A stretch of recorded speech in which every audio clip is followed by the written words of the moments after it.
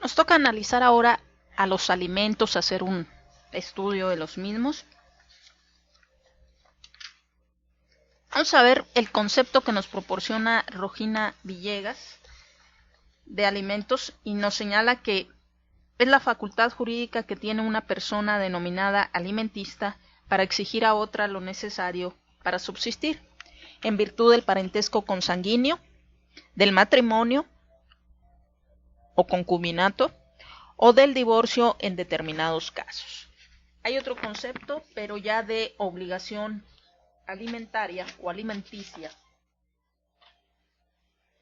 que nos proporciona Alicia Elena Pérez Duarte y Noroña, quien señala lo siguiente: en México, la obligación alimentaria es aquella mediante la cual se provee a una persona de los satisfactores tanto de sus necesidades físicas, intelectuales y morales, a fin de que pueda subsistir y cumplir su destino como ser humano, sobrepasando la simple acepción de comida.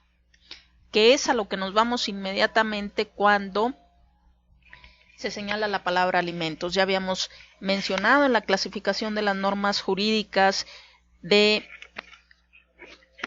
Eduardo García Maínez que el concepto que el Código Civil o las leyes familiares o códigos familiares, dependiendo del estado en el que se encuentren,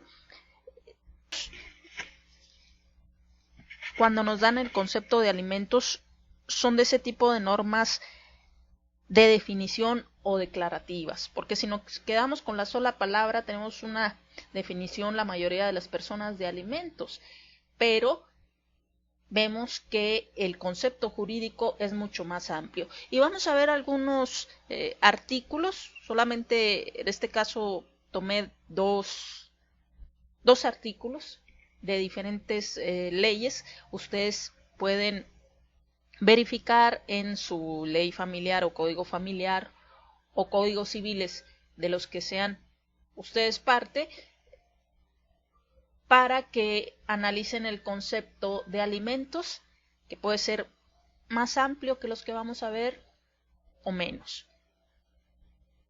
Vamos a ver el concepto que nos da el artículo 308 del Código Civil del Distrito Federal. Nos dice que los alimentos comprenden la comida, el vestido, la habitación, la atención médica, la hospitalaria y en su caso los gastos de embarazo y parto. Respecto de los menores, además los gastos para su educación y para proporcionarles oficio, arte o profesión adecuados a sus circunstancias personales. Con relación a las personas con algún tipo de discapacidad o declarados en estado de interdicción, lo necesario para lograr en lo posible su habilitación o rehabilitación y su desarrollo. Y, finalmente, por lo que hace a los adultos mayores que carezcan de capacidad económica, además de todo lo necesario para su atención geriátrica, se procurará que los alimentos se les proporcionen integrándolos a la familia. Entonces este es el concepto, bastante extenso porque hay algunos artículos de códigos civiles que no abarcan lo específico a los adultos mayores. Un concepto pues bastante completo de todo lo que abarca los alimentos. Tenemos también otro concepto de, en este caso, el artículo 206 del Código Familiar para el estado de Sinaloa. Vamos a ver qué nos dice.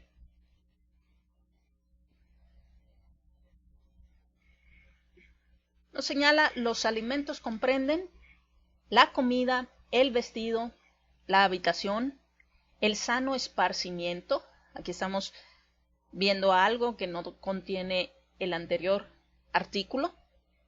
Y la asistencia médica y hospitalaria en caso de enfermedad. Además, los gastos necesarios para la educación del alimentista y para proporcionarle algún oficio, arte o profesión honestos y adecuados a sus circunstancias personales. Entre los alimentos se incluirán los gastos de embarazo y parto en cuanto no estén cubiertos de otro modo, Y su último párrafo nos señala: la obligación de dar alimentos no comprende la de proveer de capital a los hijos para ejercer oficio, arte o profesión a que se hubiere dedicado.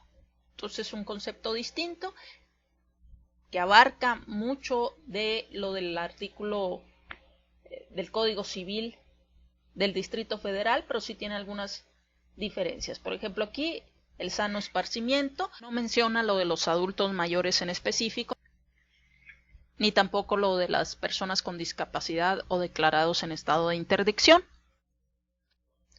Y se aclara aquí en los gastos de embarazo y parto en cuanto no estén cubiertos de otro modo. Ahora, ¿qué son los límites de la obligación alimenticia? Bueno, no debe de exceder de las cantidades necesarias para que el acreedor alimenticio pueda vivir decorosamente. Entonces, por lo tanto, comprende solo las cantidades necesarias para que el acreedor tenga lo necesario para vivir. ¿Sí? Tampoco ha de estar en desproporción con la posición económica de quien debe darlos. En este caso, si ellos fueran divorciados y se le fija una pensión alimenticia en favor de los hijos, pues que él también requiere quedarse con lo necesario para subsistir y no se le puede exigir más de lo que pueda dar, ¿sí? Y ni ella excederse en los gastos y reclamar más, que es una situación que desgraciadamente en la práctica se da, pero que existen los medios necesarios para equilibrar estas posiciones. Además, que recuerden que también pues la obligación es de ambos, ¿sí? En este caso, si ella también trabaja, pues también debe de contribuir a los alimentos. Entonces, los alimentos se prestan normalmente de manera voluntaria y espontánea, es como debería de ser. Solo en casos excepcionales el cumplimiento de este deber exige la intervención judicial. Ahora, ¿quiénes son los sujetos de la obligación alimenticia?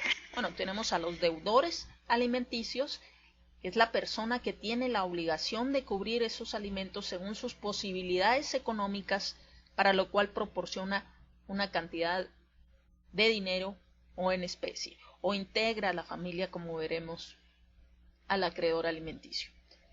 Y por su parte, el acreedor alimenticio es la persona que legalmente compruebe la necesidad real y evidente de recibirlos. Debe de permanecer esa necesidad.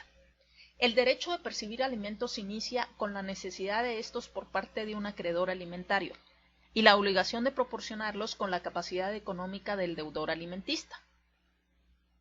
Ello en virtud del parentesco por consanguinidad, por la celebración del matrimonio o cuando existe concubinato, por adopción y en determinados casos, aún después de disuelto el vínculo matrimonial, subsistiendo ese derecho en tanto exista y se demuestre la necesidad del acreedor alimentario y la capacidad del deudor de suministrarlos.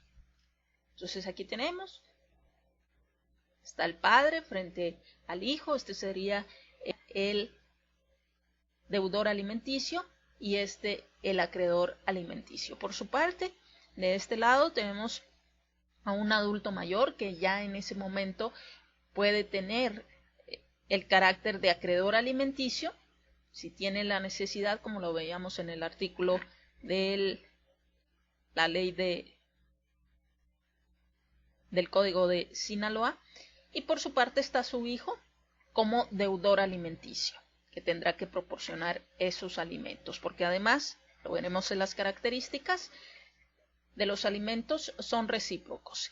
Quien da los alimentos, por ejemplo, si fueran ellos a través del tiempo, ¿verdad? Si él como padre proporcionó los alimentos en su momento a su hijo, con el transcurso del tiempo, ahora él tiene el derecho a los alimentos, se convierte en acreedor alimenticio y podrá reclamar, en caso de que su hijo de manera voluntaria no lo haga, reclamar el pago de los alimentos.